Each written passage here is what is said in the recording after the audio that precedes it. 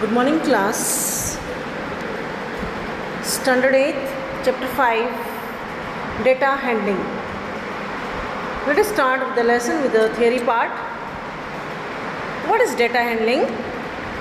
It is a collection of numerical facts regarding particular type of information is called data. Second point, to study data easily, it is represented by graphs. A pictograph. What is pictograph? A pictorial representation of data using symbols is called pictograph. What is a bar graph?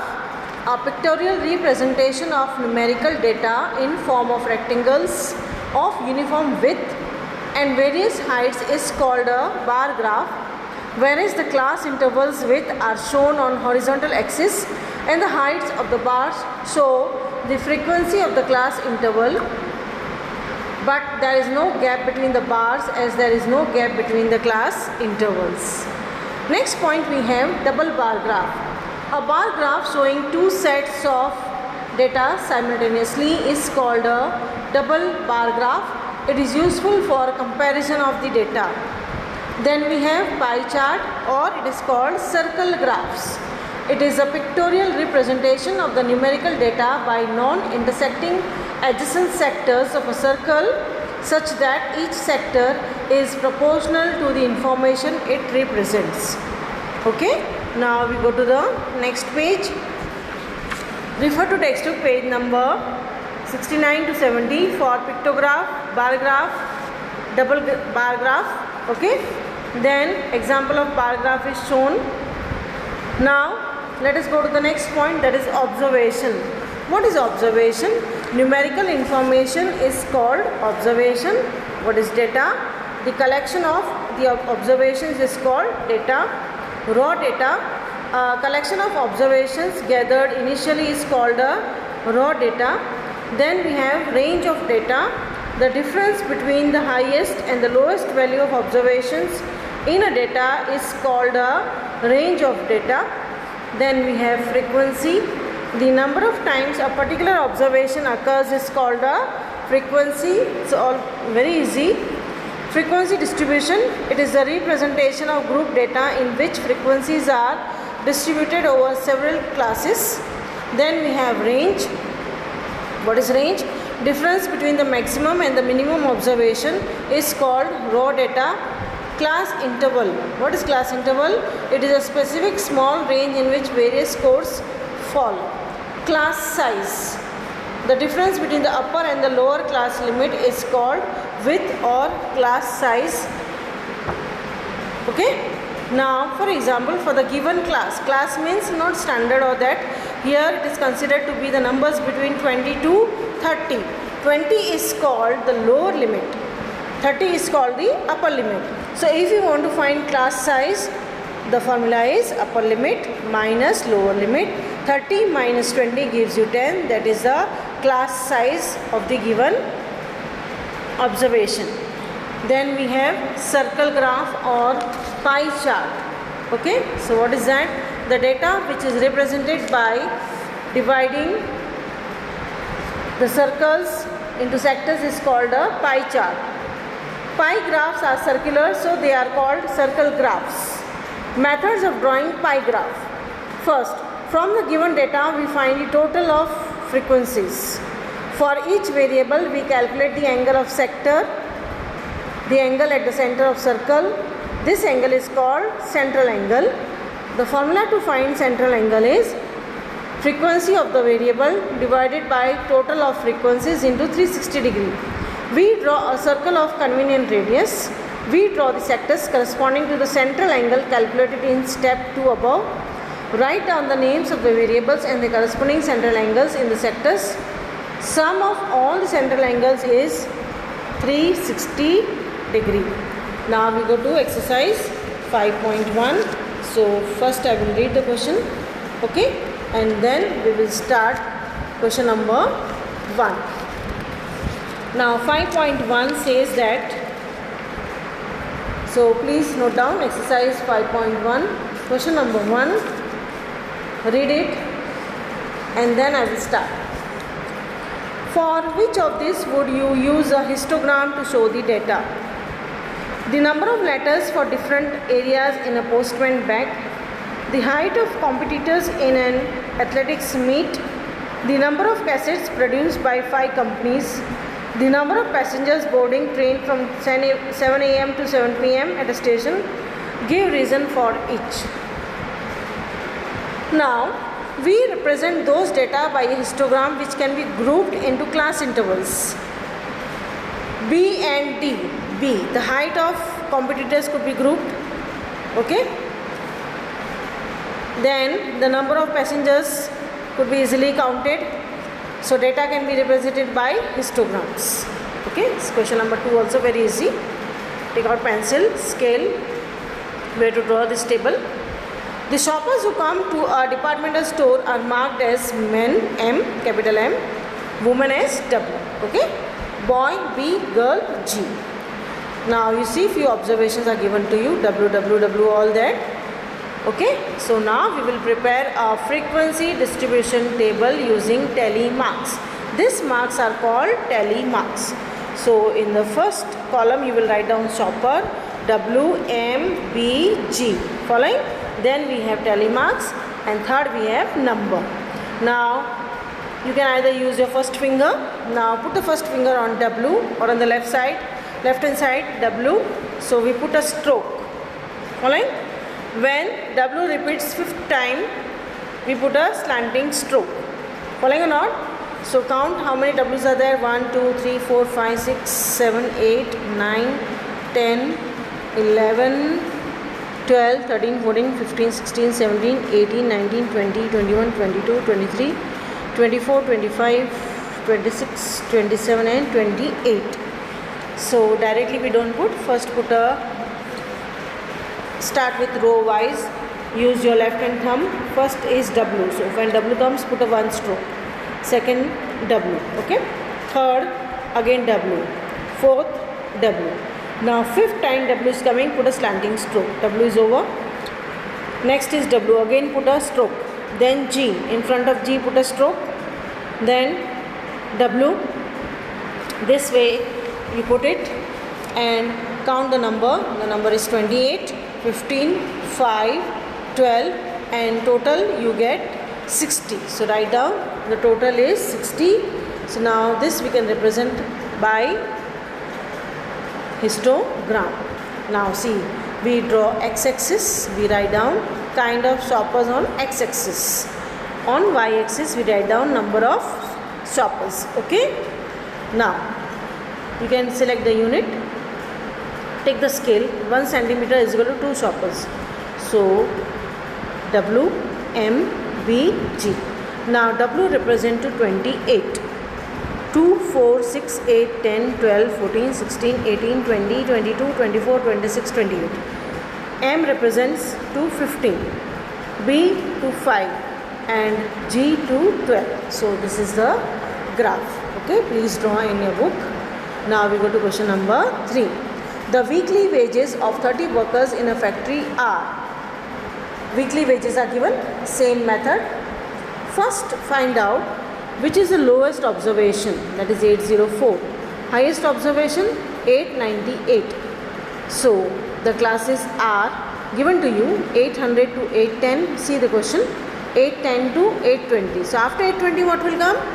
830 to 840, 840 to 850, 850 to 860, 860 to 870, 870 to 880 because the maximum is 898. So we go to 900. Clear? Use your left hand thumb. First number is 830. 830 comes here. You can mark in the first case. Put a stroke. 845. Then 855. 835. 806. 806 comes between 800 and 810. Accordingly, mark the tally marks. And finally, frequency count. 3, 2, 1, 9, 5, 1, 3, 1, 1, 4 and the last is total is, so please do the total, is 30. Okay. So accordingly draw it. Now we go to question number 4. Draw a histogram of the frequency table made for the data in question 3 and answer the following questions. Which group has the maximum number of workers? Which group has got? See the answer is 832, 840. Okay? The number of workers are 1 plus 3 plus 1 plus 4 is equal to 10. Now, number of workers earning rupees 850 or more. 850 or more. See the data. 1 plus 3 plus 1 plus 1 plus 4. Okay? Number of workers earning less than 850. Less than 850, so you have to come here. 3 plus 2 plus 1 plus 9 plus 5. Okay? Now we go to question number 5. The number of hours for which students for a particular class watch television during holidays is shown through the given graph. Answer the following. For how many hours did the maximum number of students watch TV? Okay, see the graph is given to you. For 4 to 5 hours the maximum number of students watch TV. Okay, refer to the graph.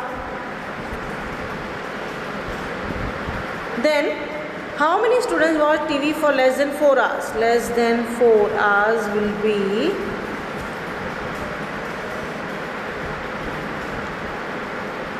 4 plus 8 plus 22 is 34. Okay. 14 students spend more than 5 hours. 8 plus 6 is 14. Now we go to the next one. 5.2. Okay. For 5.2, a survey was made to find the type of music that a certain group of young people liked in a city. Previously I have shown you the graph, so accordingly draw in the notebook. Okay. Both the graphs are shown. Now I am going to exercise 5.2. From this pie chart, can you see the pie chart? Light 40%, semi-classical 20%, shown classical 10% and folk is 30%. Please draw in the notebook. If 20 people like classical music, how many people, young people were surveyed? Let the required number of young people be X. Okay. So 10% of X. Which music is that? Classical music. Classical music is 10% showing, no? So 10% of X equal to 20 because number of people is 20. 10 upon 100 into X equal to 20. So X will be 20 into 100 upon 10. So X will be 200 young people were surveyed. Okay. Which type of music is liked by the maximum number of people? Maximum number of people is 40%, no? So which is that? Light music. Okay. See the pie chart. If a cassette company were to make 1000 CDs, how many each type would they make? Total number of CDs how many? 1000. Chalo, let us start now. Number of CDs for semi-classical is 20%. So 20% of 1000. 20 upon 100 into 1000 gives you 200. Number of CDs for classical 10% of 1000. 10 upon 100 into 1000, 100. Number of CDs for folk 30% of 1000 is 30 upon 100 into 1000 is 300. Number of CDs for light music 40% of 1000 is 40 upon 100 into 1000. So that is equal to 400. Please write down in the notebook. Question number 2. Open your textbook. Question number 2. A group of 360 people were asked to vote for their favorite season from these 3 seasons: rainy, winter and summer. Now, summer is showing number of votes were 90, rainy is 120, winter is 150. Please see in the textbook. Which season got the most votes? 150, that is winter. Okay. Find the central angle of each sector. Total votes 90 plus 120 plus 150 gives you 360. Central angle corresponding will be for summer season will be 90 upon 360 into 360, that is 90 degree. Rainy season 120 upon 360 into 360, that is 120. And winter season will be 150 upon 360 into 360 degree is equal to 150 degree. Draw a pie chart to show this information. So draw 3 radii in such a way it makes angle of 90 degree, 120 and 150. 90 is summer, rainy is 120 and winter is 150. Okay. Now we go to question number 3. Draw a pie chart showing the following information. The table shows the colors preferred by a group of people. Colors are shown in the first row. Number of people: blue 18, green 9, red 6, yellow 3, total 36. Central angle of the sector corresponding to the blue color will be 18 upon 36. Why 36? Total is 36 and this is degree is 360 degree to take. Okay, so 18 upon 36 into 360 degree. Then find for green color. 9 upon 36 into 360, that is 90 degree. Red color is 60 degree, yellow color is 30 degree, and accordingly draw the pie chart. Okay, yellow color, red color, green color and blue color. Pie chart is clear? Okay. Question number 4. The given pie chart shows the marks scored in an examination by a student in Hindi, English, mathematics, social science and science. If the total marks obtained by the students are 540, answer the following questions. So first you see the pie chart which is drawn in the textbook. Okay, subjects are shown.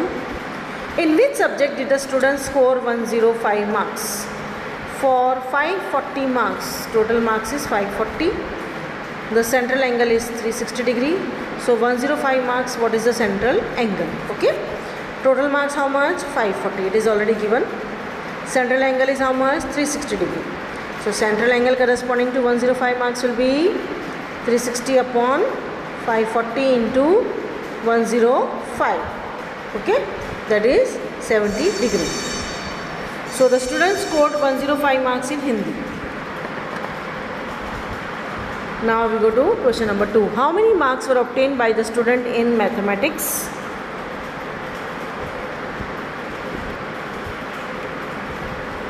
Central angle corresponding to sector of mathematics is 90 degree. So how to find marks scored? 90 upon 360 into 540 is equal to 135. Once again, 90 degree upon 360 degree into 540 gives you 135. 30 more marks were obtained by the student in mathematics than in Hindi. Third, examine whether the sum of the marks obtained in social science and mathematics is more than that of in science and Hindi.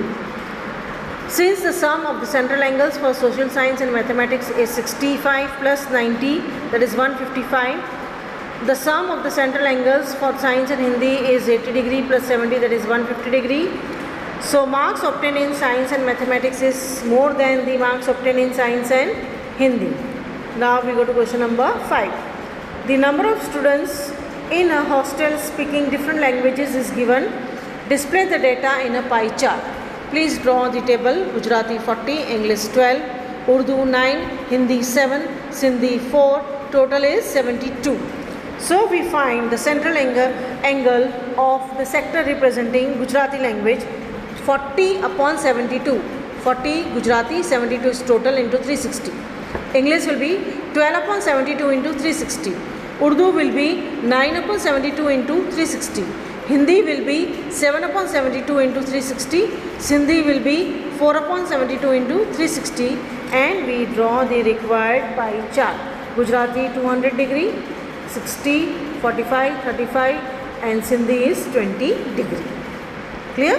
Now we go to the next part, that is probability. Probability is the measure of the chance of happening of an event. What is experiment? An experiment is a study